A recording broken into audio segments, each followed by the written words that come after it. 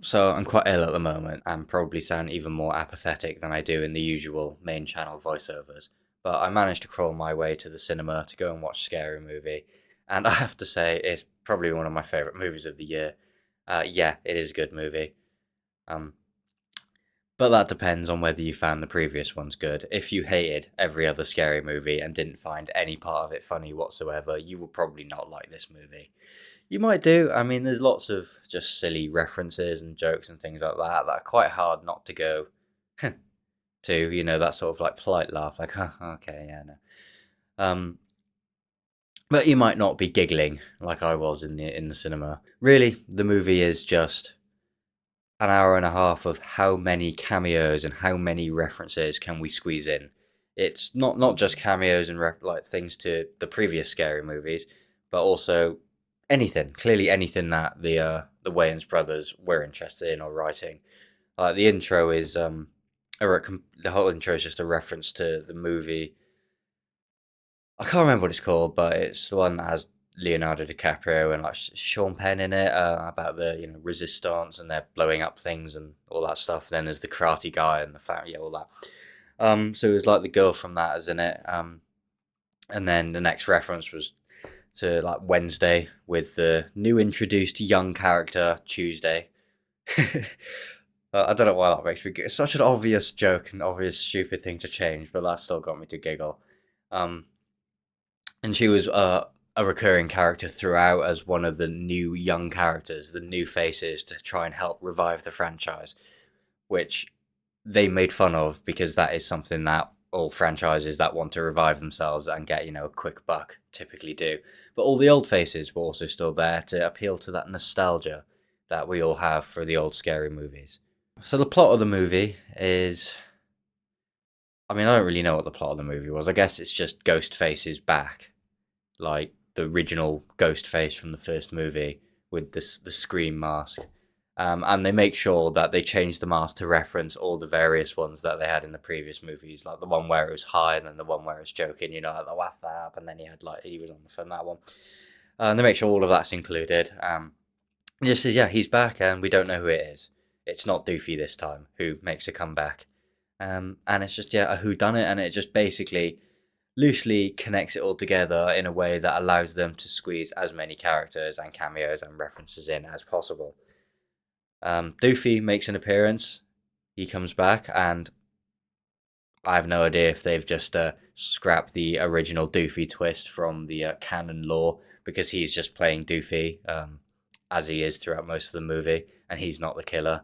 And he does all his signature traits, like his classic "smell my fingers" to get away from the bad guy. Um, and since that he's not the bit that had me giggling the most throughout the movie, it was he just kept like pushing all the buttons on the elevator when they were the elevator needed to go quick so they could get away. It was like funny the first time, but they just repeated the same joke, and it just made me giggle the second time. And it's the little things like that that were getting me, not even like the necessarily the big. Here's the funny bit. The movie starts off with the phone call to the new characters, Cindy's daughter, saying that Tuesday's been attacked and she's in hospital. That draws out the second Tuesday's Cindy's daughter. So Cindy being the main character from the original ones. Um, so then she goes to hospital and they have the usual really just bad humor, but somehow it's so bad that it makes it funny and it's so obvious. Tuesday's in bed and she's saying, "Oh, don't hurt me," and then she accidentally makes the bed flip and hit the roof and all that kind of stuff. And you just watch like, I don't do I find this funny? I don't know, but it's somehow entertaining. And then as they sort of gradually introduce, then they go to the college, and then they show the new college kids, and they're all like the young people now who are all like the daughters of the old previous main characters, and then they start gradually introducing the nostalgia of the old characters.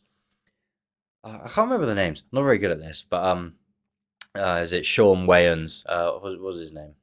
Shorty. Shorty gets introduced, and he's still in high school on his 25th year, but he's now a very successful live streamer, which then comes up later in the movie.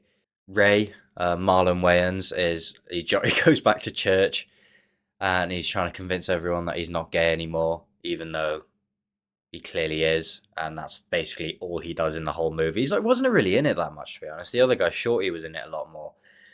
And then Cindy, and I can't remember Cindy's friend, whatever her name was, unfortunately, which isn't great. But she's back in it, and then they've all got kids, and they stir into a lot of a bit more like moderny kind of jokes and references with the kids. Oh yeah, and then like there's some like AI stuff and things like that. But then all these new kids are being targeted by Ghostface.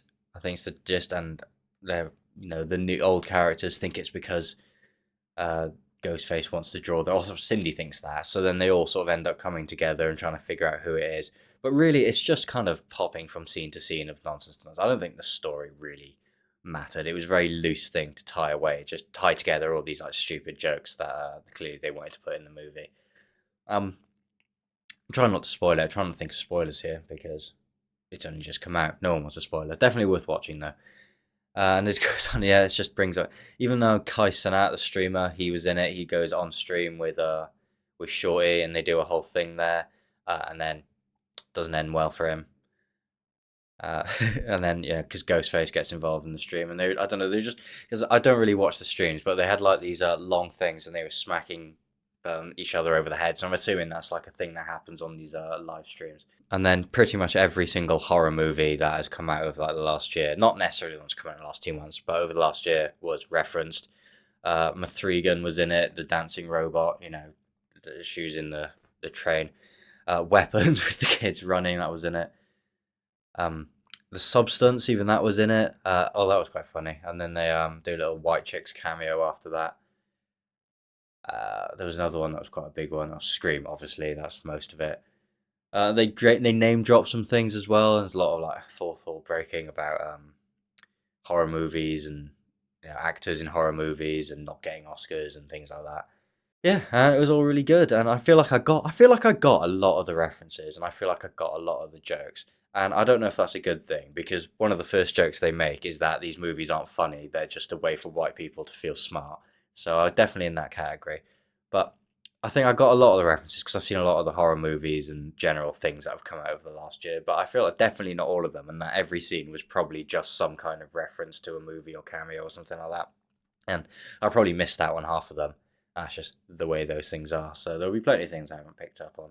Shaquille O'Neal makes his appearance at the end. Won't spoil what happens to him because he's. I only remember because I talked about this in the movie that he's in. I think it's like the fourth one. He's like at Saw and he like gets the guy to cut his leg off and things like that. So they basically bring back all the characters. Longlegs, that was the other movie I was trying to think of. One of the characters is now Longlegs.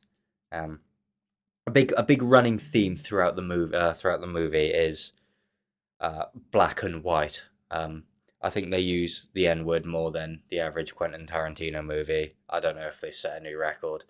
And there's quite a lot of jokes about like being black, being white, black culture, white culture. How the white people.